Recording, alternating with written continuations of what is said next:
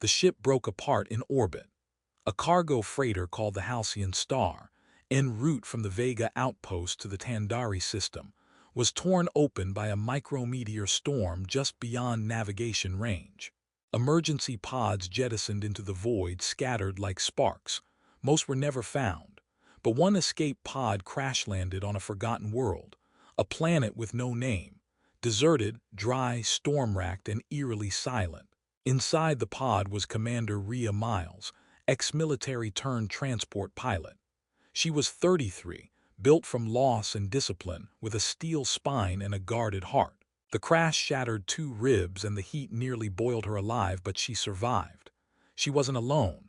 When she came to, she saw him, tall, silver-skinned, with luminous cobalt eyes, humanoid but alien. He was tangled in the debris beside her, unconscious and bleeding strange, faintly glowing blood. He wore no insignia, no uniform, but his presence wasn't hostile. Rhea dragged him out of the wreckage and built shelter beneath the wrecked hull. The planet was barren. No signs of tech, no communication relays, no cities, no satellites. Just red sands, jagged black rock, and electrical storms that danced across the skies like angry gods. The days were scorching. The nights frozen. No help was coming. She tried to wake him for 2 days. On the third, he opened his eyes. He didn't speak at first, but when he did, it was in broken standard, learned from some partial data buffer in the pod. His name was Carol of the Elari, a reclusive race believed to be extinct. His ship had been lost centuries ago in folded space, until the storm spat him into Rhea's freighter path. Time and space had played tricks on him. He had been asleep for over 200 years. They were both stranded. Carol's physiology was unique. He could sense atmospheric changes, manipulate his biofield to generate heat or light, and heal at accelerated speed. Rhea's strength was survival. She built, hunted, kept track of time. They forged a strange alliance. Weeks passed. They learned each other's rhythms. Words came easier. Laughter emerged. The silence between them turned from empty to intimate. One night, a sandstorm tore through the canyon and the shelter collapsed.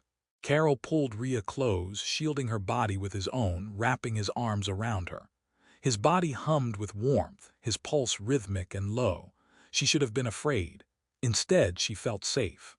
Later, around a fire of seared rock and fossil wood, they sat in silence. He spoke first. In Elari belief, 2 souls survive together in Death Desert, they become one. She raised an eyebrow. That's some kind of alien marriage proposal. He tilted his head. It's truth, spirit mixes, new one comes. She didn't believe it, not until months later when her body began to change. Her balance shifted, her senses sharpened. And then the undeniable signs, sickness, cravings, movement inside, pregnancy. She ran every test the pod's medkit allowed. The result was impossible. She was carrying a hybrid life form, part human, part Elari. Carol confirmed it with quiet sorrow. This was not planned, he said. She wasn't angry, she was confused, scared. But not angry, Carol swore to protect her. The way he looked at her changed, not with ownership or fear, but with reverence. As though she now carried something sacred. As the months passed, storms worsened. The planet was dying. Carol said the signs were clear: tectonic shifts, rising radiation, thinning air. The planet would tear itself apart within weeks. But Rhea could no longer travel far.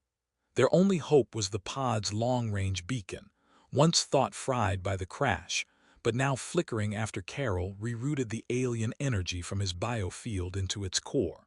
He would die if he gave too much of himself. She begged him to stop. "I don't need rescue, I just need you." Carol smiled softly, voice faint. "You need life, I give it." He burned bright for one last hour, and the beacon lit the sky. A week later, a rescue ship arrived from a Terran patrol. They found the remains of the shelter. A human woman holding a newborn child wrapped in alien cloth. The baby glowed faintly. Its eyes were deep cobalt, its skin shimmered. Rhea was alive barely. She had named the child Leorin in Elari tongue, hope after ending. They returned to Federation space.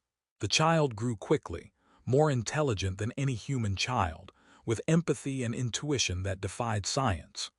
Rhea raised him in a quiet outpost on Etha's Reach, near the cliffs, where the sky always flickered with distant storms. She told him stories about a planet no one remembered, about a man who spoke through his eyes, about love born not of design but of survival. And every night, as the stars returned, Leorin looked up and whispered in Ilari, "I will find you again, Father, someday." And somewhere beyond the fabric of time, in the memory of a dying planet, a spirit watched, still glowing, still waiting.